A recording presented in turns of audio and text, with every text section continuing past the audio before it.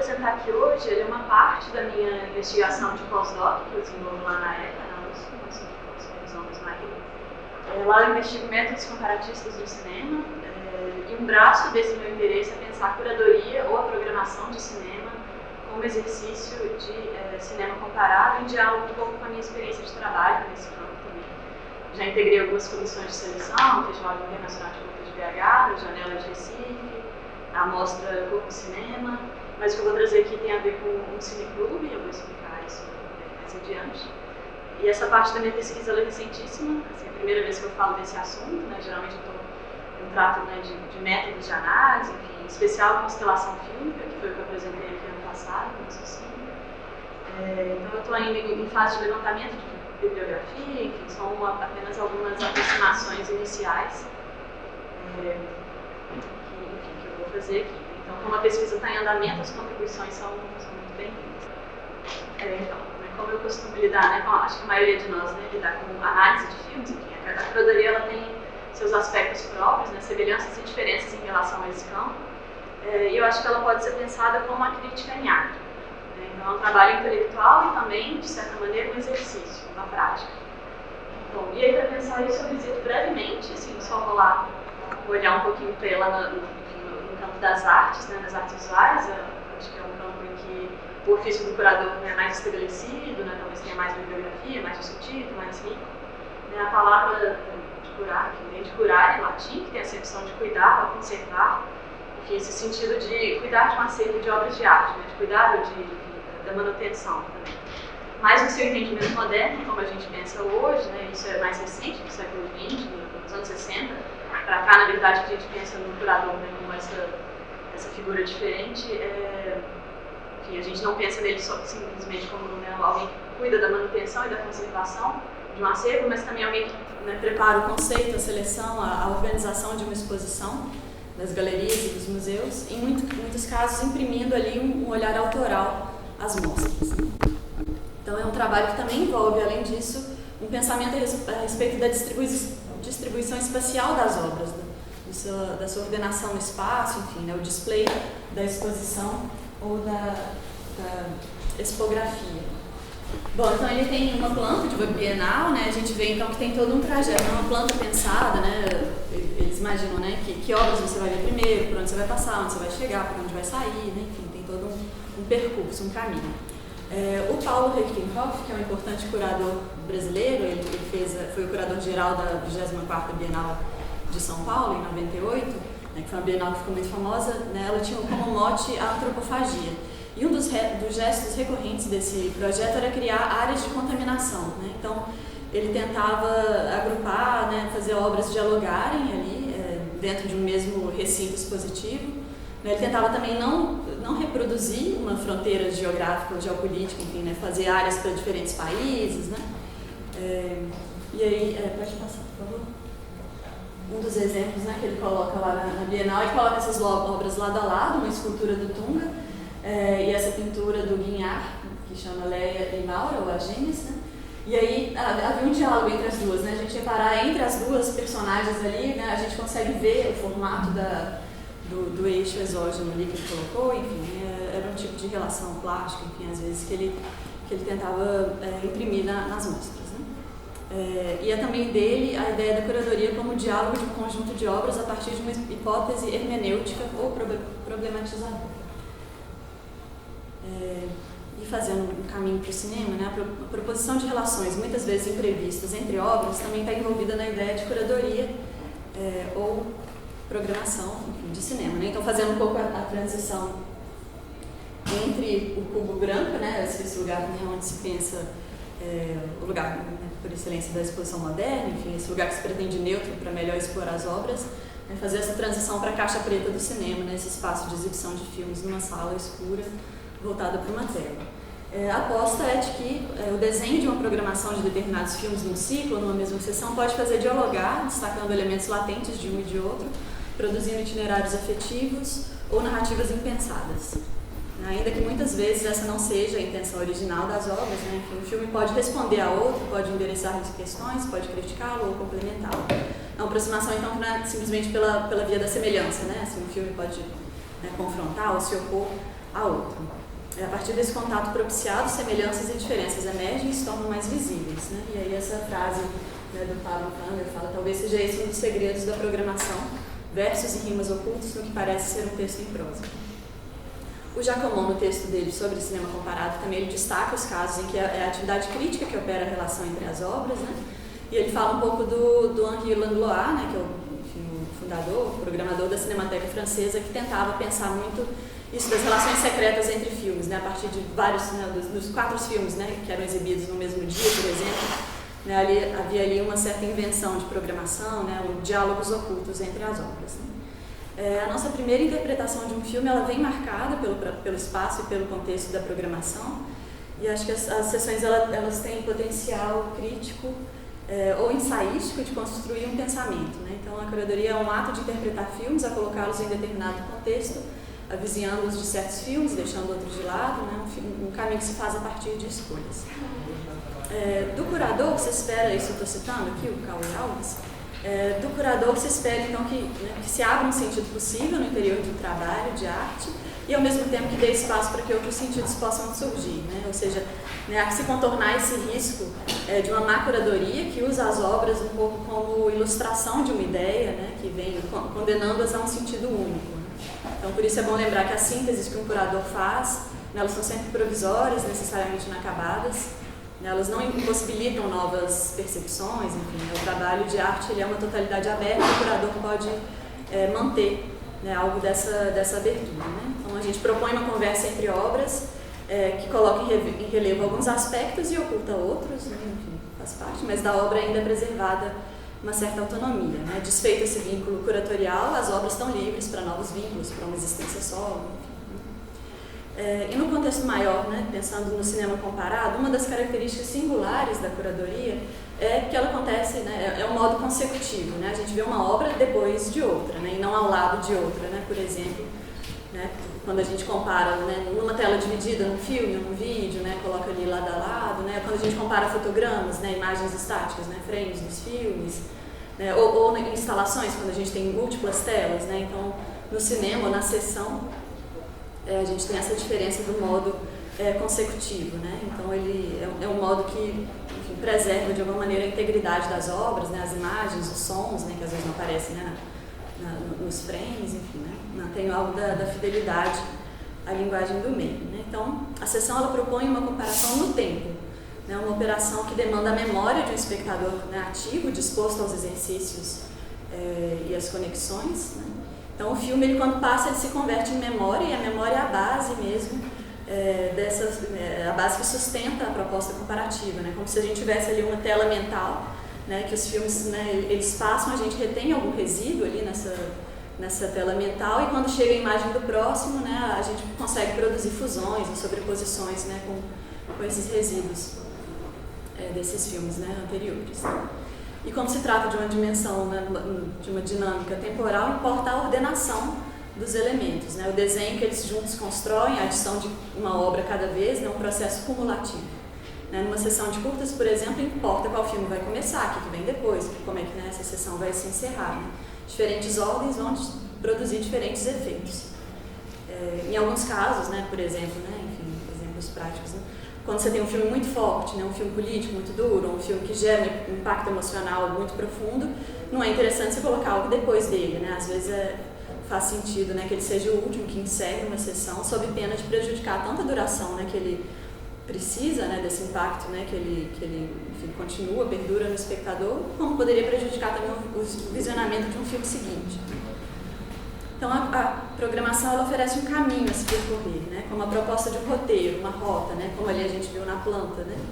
Então um itinerário que se inicia em determinado ponto, se encerra em outro, capaz de produzir e de modular certas reflexões e emoções ao longo desse trajeto.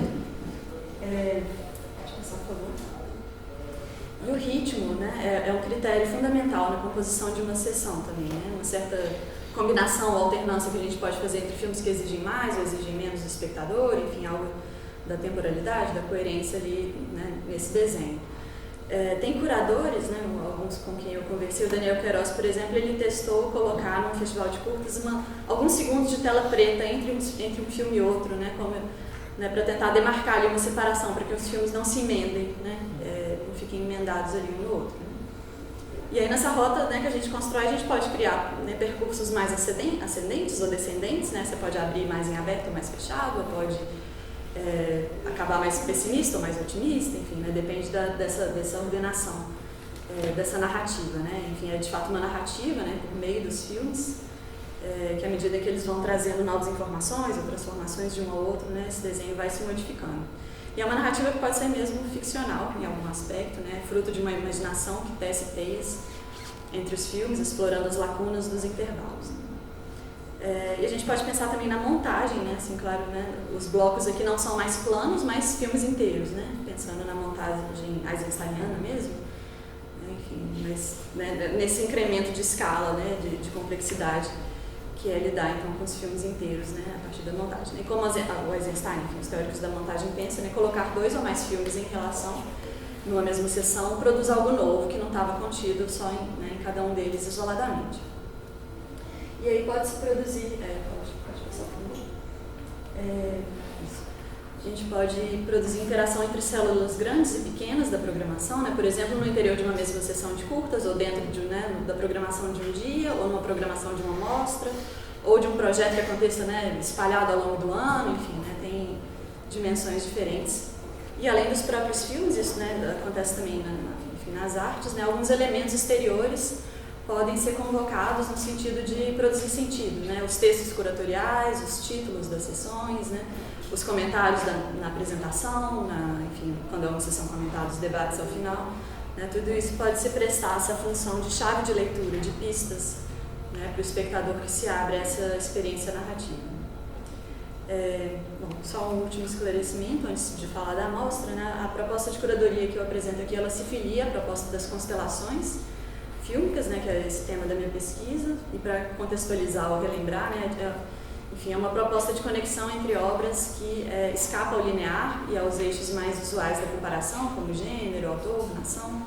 Né, a constelação ela é pautada por uma noção de historicidade, mas ela produz uma ligação entre tempos que não é da ordem da causalidade ou da cronologia. Né, e aí eu me amparo em Walter Benjamin, vou buscar alguma coisa na astronomia também para tentar pensar, né, essas relações entre obras que não estão dadas de antemão, né, assim como um convite para reconfiguração de elementos do mundo sensível. Pode passar, por favor? Bom, então, depois dessas ideias iniciais, pode passar mais um. Depois dessas ideias iniciais, eu trago, né, uma espécie de estudo de caso, talvez, né, abordar um pouco a proposta de uma amostra que foi realizada pelo Cineclube Comum, que é um projeto que eu tenho junto com o Vitor Guimarães, a Carla Italiano e o Luiz Fernando Moura, lá em Belo Horizonte. Então, dentro de um tema mais abrangente, né, que é o cinema e trabalho, a gente recortou esse motivo, né, por assim dizer, a saída da fábrica, né, como esse recorte, então, né, apostando na potência de sentidos. Essa relação entre cinema e trabalho dialoga um pouco com a minha pesquisa. Enfim, eu vim de uma pesquisa de doutorado que pensava as relações de classe no cinema brasileiro. O Matheus falou, né, eu estou com um livro, enfim, parênteses para propaganda, assim, se alguém quiser comprar depois aqui comigo, ou no lançamento à noite, o livro saiu. Bom, mas voltando. Então a gente pensava na saída da fábrica como esse ponto limítrofe, né, a transição entre o trabalho e a vida fora dele, né, um átrio em que estaria ali contida a tensão entre a prisão e liberdade, entre labor e rua, é o lugar onde se agrupam trabalhadores, onde eles fazem greves, manifestações, onde eles se reúnem por amizade ou por afeto. E aí o filme dos Lumière, enfim, essa imagem, né, a saída da fábrica, a saída dos operários da fábrica Lumière, funciona dentro da mostra quase como uma referência assim, arquetípica, né, presente nos fundos do nosso imaginário, como essa imagem primordial que nós vimos muitas vezes. Né. Muitos filmes, depois deles, né, de diferentes estilos, nacionalidades, voltaram a esse filme de forma inconsciente ou explícita, né, e a partir desse mote as obras convocam temas os mais diversos, das denúncias de injustiças sociais, a reivindicação por melhores condições trabalhistas, relações de gênero, enfim.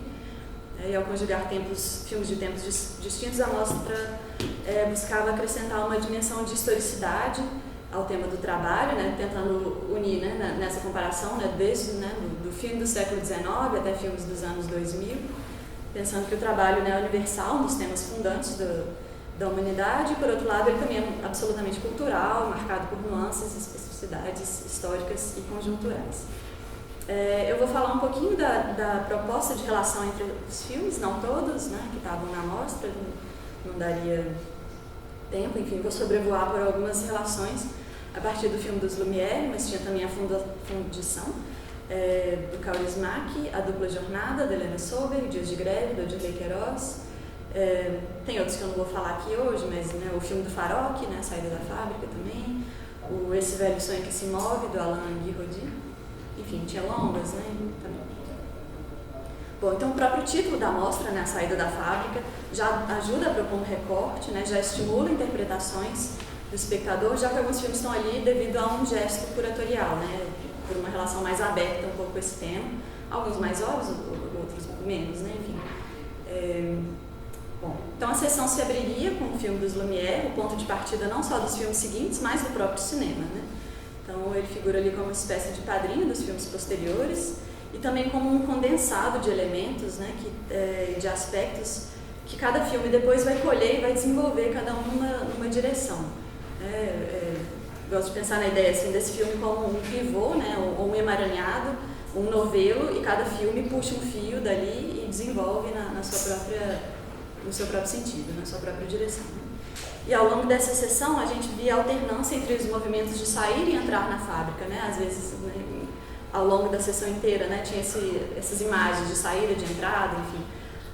E acho que no contexto, né, o conjunto da sessão acabava brotando um pouco essa ideia da rotina laboral, né, dessa repetição, desse ciclo, né, de trabalhar e de voltar, e de sair, de entrar, um novo dia começar de novo, né, enfim.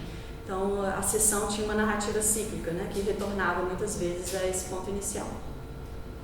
Pode passar, por favor? A Dupla Jornada, né, o filme da Helena Sober, ele recupera um fio importante do filme dos Lumière, né, embora nem sempre isso seja comentado sobre o filme dos Lumière, né, a maioria dos trabalhadores ali é composta por mulheres, né, no filme dos Lumière. E a Helena Sober, enfim, parece que ela continua um pouco esse fio. Ela começa o filme com um plano de homens saindo da fábrica e logo o filme migra de interesse, né, e vai conversar com as mulheres. O plano inicial do filme, né, a saída da fábrica, depois, né, ela vai por, enfim, diversos contextos e ambientes para falar de um tema, enfim, um aspecto fundamental dessa questão, que é a divisão de trabalho na sociedade, né. O filme investiga então justamente o trabalho feminino, que envolve, como o nome aponta, né, a dupla jornada, né, ou seja, o trabalho que não acaba na fábrica, né, mas que se estende, né, que continua depois no lar. Então o portão da fábrica ali não era a divisão entre o trabalho e o lazer, ou o trabalho e a vida pessoal, mas entre trabalho na fábrica e trabalho doméstico, né, entre trabalho e trabalho. E saindo da fábrica, a Helena Sober faz assim, um grande trajeto pelos rincões da América Latina. Ela vai investigar Minas, trabalho no campo, trabalho em Minas da Bolívia, do Peru, no México, na Argentina, enfim, para depois retornar à cidade novamente. Então, desse motivo francês-europeu, que começou pelo menos o francês-europeu, a gente conhece então as singularidades desses aspectos na América do Sul. E mantém-se do filme dos Lumière uma certa vibração de um espírito coletivo, já que Helena muitas vezes entrevista vários personagens de uma vez, né? A gente veria umas entrevistas, dificilmente ela faz entrevista um a um, né? Assim, geralmente são grupos de mulheres que ela aborda no filme. Depois veio Dias de Greve, do Odilei, um curta que dialoga com o motivo da saída da fábrica, mas por uma via bem menos direta, né? Não tem nele a imagem concreta da saída da fábrica, né? Mas ela paira, né? Essa ideia de saída da fábrica, na verdade, paira, né? São operários entrando em greve na Ceilândia, e eles passam os dias nesse impasse, né? Hesitando entre voltar ou não ao trabalho, né? Pensando, né, no que fazer. Eles conversam, eles jogam futebol, eles andam pela cidade, enfim, né? Como ações possíveis desse movimento de pausa. Bom, como eu disse, então, tem esse dilema, né, entre entrar e sair, num sentido mais abrangente, né, que paira no filme. E é um filme bem mais melancólico, né? É um filme, né, que fala de uma consciência de classe frágil, de empregados pouco numerosos, né? Uma fábrica que tem 6, por aí, meia dúzia de empregados, né? E o que resta para eles parece ser redescobrir a cidade, o ócio, para logo voltar derrotados ao trabalho. E aí, já para encerrar a sessão, pode passar, por favor, vem esse filme do Kaurismäki, né, um diretor finlandês. Nele, os operários da fábrica se dirigem durante a pausa de almoço para o cinema, né, para assistir justamente a saída da fábrica dos Lumière. Então há um espelhamento, né, ali, né, eles estão de dentro da fábrica assistindo aos seus antepassados, talvez animadamente saindo delas, embalados por essa trilha de rock. Né, tem um teor de melancolia também, de nostalgia, talvez, enfim, de resignação também, né, nesses rostos envelhecidos, né, porque eles ainda devem voltar à fábrica para completar o expediente, né, já que ali uma pausa de almoço, né, um intervalo. Né. E aqui a ideia de sair da fábrica talvez seja um oásis, né, uma miragem que paira ali diante deles. Bom, cabe notar também que esse filme está em outro momento histórico, né, muito distante do filme dos Lumière. Né, aqui o filme é do início dos anos 2000. Kaurismäki, não sei, né, vocês talvez conheçam, né, que ele fez O Homem Sem Passado, Porto, enfim, vários outros filmes. E aqui, né, no início dos anos 2000, ele está nesse momento de crise econômica, né, que atravessou a Europa e o mundo. Né, então tem esse encontro bem melancólico entre tempos. Né, e por mais que o filme se insira num momento de capitalismo pós-industrial, né, de globalização, de automação, né, a visão do espaço de trabalho que a gente tem aqui, ele compreende grandes máquinas, labaredas, ferro incandescente, enfim, né, revelando um pouco uma permanência de um modo de produção, né, muitas vezes pesado, insalubre, né, que a gente vê até parecido em alguns filmes brasileiros também, né, enfim, essa imagem no interior da fábrica, né. Bom, enfim, acho que é isso, né, frisar um pouco, né, esse movimento que vai da fábrica ao cinema, do cinema à fábrica, né, assim, essa narrativa um pouco cíclica composta por essa sessão.